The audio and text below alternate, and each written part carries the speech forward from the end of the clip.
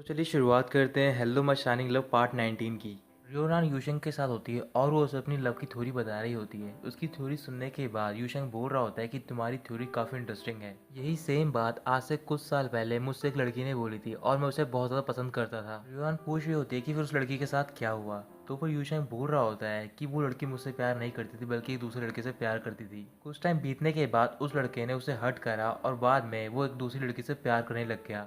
रियान बोल रही होती है कि जो भी ये लड़का था अगर वो सच में उसे प्यार करता था तो फिर उसे भूलने में बहुत प्रॉब्लम आई होगी। मैं यही कहूँगी कि उस लड़के को उस लड़की को याद करके पछताना नहीं चाहिए क्योंकि इससे वो अपने आप को ही ब्लेम करेगा। बेटर चॉइस यही है कि अपने पास्ट को भूल कर वो अपनी लाइफ में आगे बढ़े। ये बात सुनने के बाद यूशंग अचानक से गुस्से में आता है और बोल रहा होता है कि उस लड़के के पास कोई भी राइट नहीं है कि वो पास्ट को भूल सके और साथ ही वो किसी लड़की को पसंद करे। ये सुनने के बाद रियोन हैरान हो जाती है। तो फिर यूशंग अपने आप को शांत करता है और वो उससे माफ़ी मांगता है। जिम अपने ऑफिस में होता है तो फिर वहाँ पर उसका मैनेजर आता है और वो उसे बता रहा होता है कि जैंगली ने रिजाइन कर दिया है।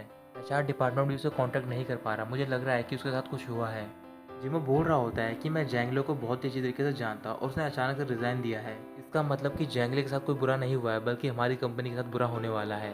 अभी वहाँ पर एक स्टाफ मेंबर आता है और वो जिमो से बोल रहा होता है कि जो रुचि ग्रुप की नई गाउडिंग सीरीज है उसका जो डिज़ाइन है वो हमारी अगली न्यू सीजन के डिज़ाइन से मैच कर रहा है। ये सुनने के बाद मैनेजर बोल रहा होता है कि ये काम जैंगले का है, उसने हमारे इंटीरियर डिज़ाइन को लीक किया है। सिडा रियान से मिलने के लिए उसको ऑफिस में जाता है बट वहाँ पर वो नहीं होती। जब वो वहाँ से जा रहा होता है तभी वहाँ पर क्वांशा पहुँच जाती है और वो उसे बता रही होती है कि रियान लंच के लिए यूशन के साथ बाहर गई है। ये सुनते ही सिडा परेशान हो जाता है और वो किसी को कॉल कर रहा होता है। जिमो अपने सारे स्टाफ मेंबर के साथ कॉन्फ्रेंस रूम में होता है और वहाँ पर मीटिंग चल रही होती है। उनमें से एक स्टाफ मेंबर बता रही होती है कि जो हमारा डिज़ाइन लीक हुआ है उससे हमारी सेल पे काफ़ी इफेक्ट पड़ेगा। मेरे पास दो आइडियाज़ हैं इस सिचुएशन को हैंडल करने के लिए। पहला ये कि हमें जैंगले और रुचि ग्रुप को स्यू करना चाहिए। दूसरा हमें हमारी प्रोडक्शन प्रोसेस को स्पीड अप करना चाहिए ताकि जल्द से जल्द हम हमारे प्रोडक्ट को मार्केट में डिस्ट्रीब्यूट कर सकें और इससे हमारे सेल पे कोई इफेक्ट नहीं पड़ेगा। सारे मेंबर्स मान जाते हैं बट जिमो नहीं मानता और वो कह रहा होता है मैं ये चाहता हूँ कि अभी प्रोडक्शन को रोक दिया जाए। रुचि ग्रुप ने पहले से ही न्यू सीजन के लिए प्रमोशन वीडियो लॉन्च कर दिया है। हम चाहे कितनी भी फास्ट प्रोडक्शन करें बट हम रुचि ग्रुप के बराबर में नहीं कर पाएंगे। वैसे भी जो हमारे क्लोथ की क्वालिटी है अगर हम स्पीड अप करेंगे तो फिर वो काफ़ी ख़राब हो जाएगी। मैं हमारी कंपनी की रेपुटेशन को इस चीज़ के लिए दांव पर नहीं ला सकता हूँ। सबसे पहले हमें एक काम करना है कि हमें सारी चीज़ें रीडिज़ाइन करनी है। जैंगली सिर्फ हमारा डिज़ाइन लेके गया है ना कि वो क्लाइमेट। तो फिर उनमें से स्टाफ मेंबर पूछ रहा होता है क्या तुम्हें बिल्कुल भी चिंता नहीं है कि वो हमारे डिज़ाइन को डिस्ट्रीब्यूट करेंगे मार्केट में। हाँ मुझे चिंता है और हम चाहें तो हम बाद में जैंगले को स्यू कर सकते हैं। तो फिर स्टाफ मेंबर पूछ रहा होता है क्या हमें रुचि ग्रुप को नहीं करना चाहिए स्यू। जिमो बोल रहा होता है कि इससे कोई फर्क नहीं पड़ेगा। अगर हम रुचि ग्रुप को स्यू भी कर देते हैं तो फिर वो सारा इल्ज़ाम जैंगले पर डाल देंगे। कुछ देर बाद मीटिंग खत्म हो जाती है और जिम अपने ऑफिस में जाता है तो फिर वो देखता है कि उसके फ़ोन पर कई सारी मिस कॉल होती हैं सिडा की। तभी सिडा का कॉल आता है और वो कॉल को पिक कर लेता है। तो फिर सिडा जिमो से बोल रहा होता है क्या तुम्हें पता है कि एक आदमी है जो कि आजकल रियोन के साथ बहुत घूम रहा है। जिमो बोल रहा होता है क्या तुम यूशन के बारे में बात कर रहे हो। सिडा हाँ बोलता है और पूछ रहा होता है कि तुम्हें वो कैसा लगता है, क्या वो ठीक पर्सन है। जिमो बोल रहा होता है मुझे नहीं पता कि वो कैसा पर्सन है बट मैं चाहता हूँ कि रियान उससे दूर रहे। सेडा खुश हो जाता है और वो बोल रहा होता है कि अब फाइनली हम दोनों यूनाइटेड हो गए हैं। युशंग रोज डेली रियान के पास आता है मिलने के लिए किसी काम से। मुझे पता है कि तुम दोनों मेरे लव राइवल्स हो बट मैं सबसे ज़्यादा ट्रस्ट तुम पे करता हूँ। और अभी कुछ ही देर पहले युशंग रियान को अपने साथ लंच पे लेकर गया है। जिमो गुस्से में आता है और वो सेडा से पूछ रहा होता है कि वो दोनों कहाँ पर गए बट सेडा को नहीं पता होता कि वो कौन से रेस्टोरेंट में गए हैं। रियोरान और यूशंग एक रेस्टोरेंट में पहुंच गए होते हैं। वहाँ पर पहुंचने के बाद रियोन से एक फाइल देती है। यूशंग बोल रहा होता है कि मैं यहाँ पर सिर्फ तुम्हारे साथ लंच करने के लिए आया हूँ ना कि काम के लिए। फिर रियान बोल रही होती है कि मैं तो यहाँ पर काम के लिए ही आई हूँ। इस फाइल में सिडा की जो एल्बम है उसकी पब्लिसिटी कैंपेन की डायरेक्शन है।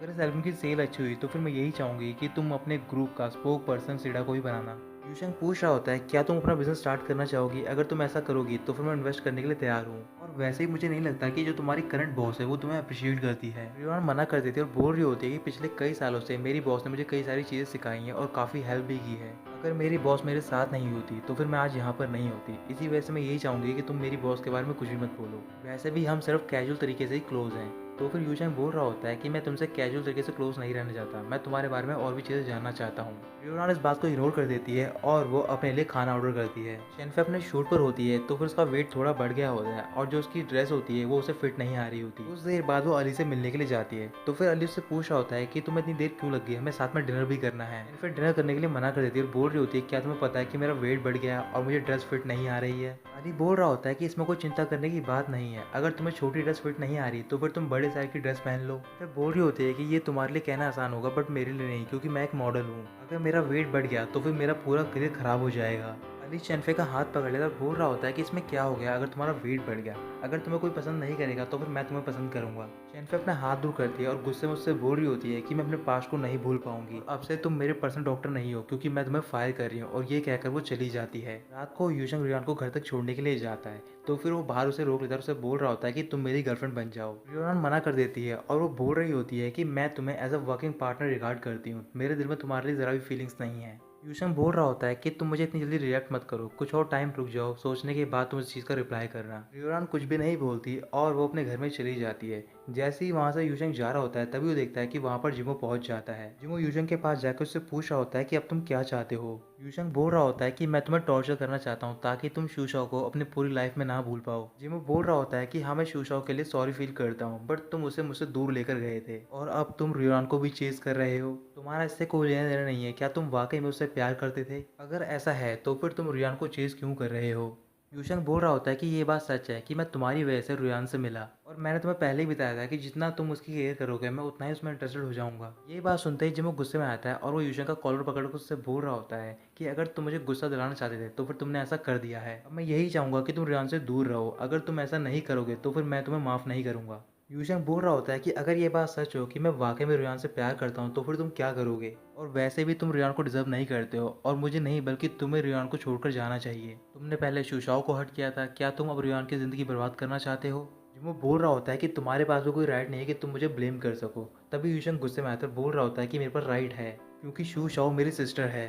तुम कह दो कि तुम एक साइकोलॉजिस्ट हो बट तुम ये भी नहीं पता लगा पाए कि वो तुमसे झूठ बोल रही थी। क्या तुम वाकई में शूशाओ के बारे में केयर करते थे? इसके बाद जिमो से माफ़ी मांग रहा होता है तो फिर यूशंग बोल रहा होता है कि तुम्हें मुझसे माफ़ी मांगने की कोई जरूरत नहीं, बल्कि तुम्हें शूशाओ से माफ़ी मांगनी चाहिए। और ये कहकर वो चला जाता है। फिर जिमो उसी स्विमिंग पूल में जाता है और वहाँ पर जाकर वो रो रहा होता है। कुछ देर बाद चैनफे रियान से मिलने के लिए उसके घर पर जाती है और वो काफ़ी उदास होती है। रियान पूछ रही होती है कि तुम्हें क्या हुआ है, फिर चैनफे उसे सारी बातें बताती है। रियान बोल रही होती है कि तुम्हें अली से इस तरीके से बिहेव नहीं करना चाहिए था, अगर तुम सैड फील कर रही हो क्या तुम उससे प्यार तो नहीं करती हो? चैनफे मना कर देती है और बोल रही होती है कि हम दोनों सिर्फ फ्रेंड्स हैं, वो मुझे बिल्कुल ही पसंद नहीं है और वैसे भी वो एक जर्क है। रियान बोल रही होती है कि असली जर्क तो जिमो है, पहले उसने मुझे अप्रोच किया और मुझे पसंद भी करता है लेकिन वो मुझसे दूर भाग रहा है। चैनफे बोल रही होती है कि अगर जिमो तुमसे दूर भाग रहा है क्या पता ये तुम्हारी वजह से ना हो बल्कि किसी और की वजह से हो।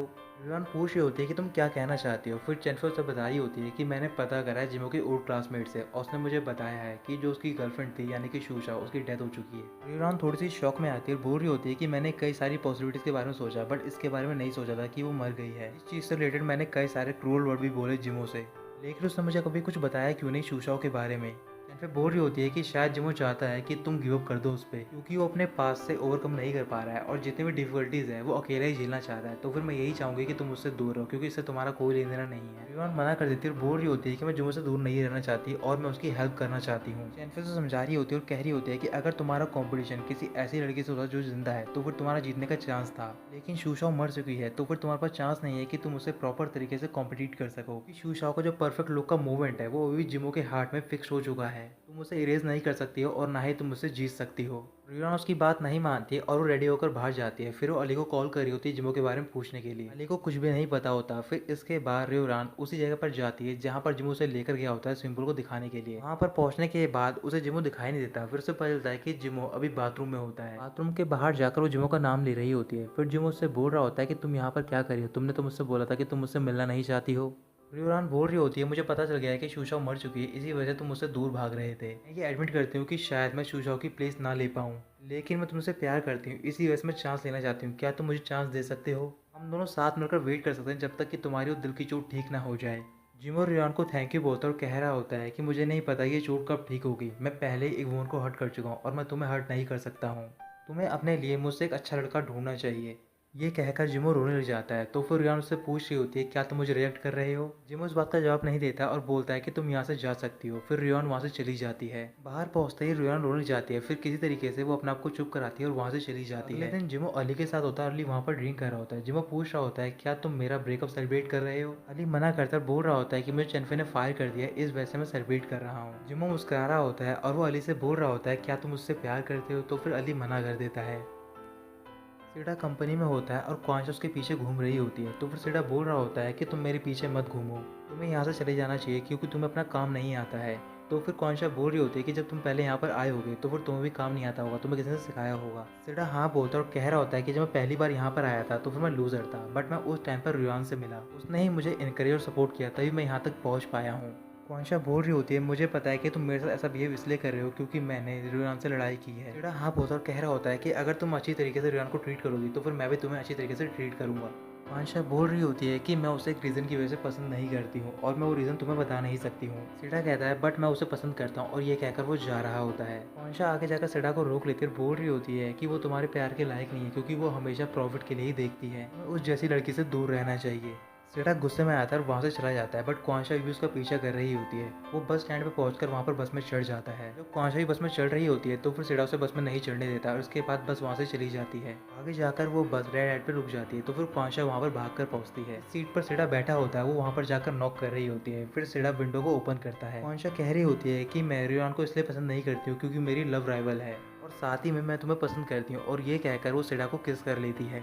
अगले दिन रियोन कंपनी में पहुंचती है तो फिर वहाँ पर जितने भी स्टाफ मेंबर होते हैं उसके बारे में बात कर रहे होते हैं। वो स्टाफ मेंबर रियोन के ऑफिस के बाहर खड़े होते हैं और वो देख रहे होते हैं कि यूशेंग होता है उसने रियोन के लिए बहुत सारे गुलदस्ते भेजे होते हैं। फिर वहाँ पर सेडा पहुंच जाता है तो फिर स्टाफ मेंबर उसे कॉन्ग्रेचुलेट कर रहे होते हैं। सेडा पूछ रहा होता है कि तुम ये सब क्यों बोल रहे हो, तो फिर स्टाफ मेंबर बोल रहे होते हैं क्या तुम्हें पता नहीं है कि रियोन यूशेंग की गर्लफ्रेंड बनने वाली है, और एक बात तो पक्की है कि अब तुम ही रुचि ग्रुप के स्पोक पर्सन बनोगे। कुछ ही देर बाद रियोन भी अपने ऑफिस पहुंच जाती है। जैसे ही वो गुलदस्तों को देखती है तो फिर यूशेंग को कॉल करते उससे पूछ रही होती है कि तुमने ये क्यों भेजे हैं मुझे। यूशेंग बोल रहा होता है कि ये फर्स्ट डे है मेरा परस्यू करने का, इस वजह से मैंने सारी चीज़ें भेजी हैं। रियोन जवाब नहीं देती और कॉल कर देती है। फिर वहाँ पर सेडा पहुंच जाता है और पूछ रहा होता है कि ये किसने भिजवाए हैं गुलदस्ते। रियोन यूशेंग का नाम नहीं लेती और बोल रही होती है कि ये किसी क्लाइंट ने भिजवाए हैं। सेडा कुछ भी नहीं बोलता। फिर कुछ देर बाद वो सारे कॉन्फ्रेंस रूम में होते हैं और वहाँ पर मीटिंग कर रहे होते हैं अपने नए प्लान के बारे में। सेडा प्लान पर ध्यान नहीं दे रहा होता तो फिर रियोन पूछ रही होती है तुम्हारा ध्यान कहाँ पर है। सेडा माफी मांग रहा होता है और बोल रहा होता है कि आजकल मैं बहुत ज्यादा स्ट्रेस में हूँ। मीटिंग खत्म होने के बाद सेडा लिफ्ट से नीचे जा रहा होता है, तभी उस लिफ्ट में कौनशा पहुंच जाती है। कौनशा को देखते ही सेडा वहां से बाहर जा रहा होता है, बट कौनशा उसे रोक लेती है। फिर उससे पूछ रही होती है कि तुम्हारा आंसर क्या है जो मैंने तुम्हें कन्फेस करी थी अपनी फीलिंग।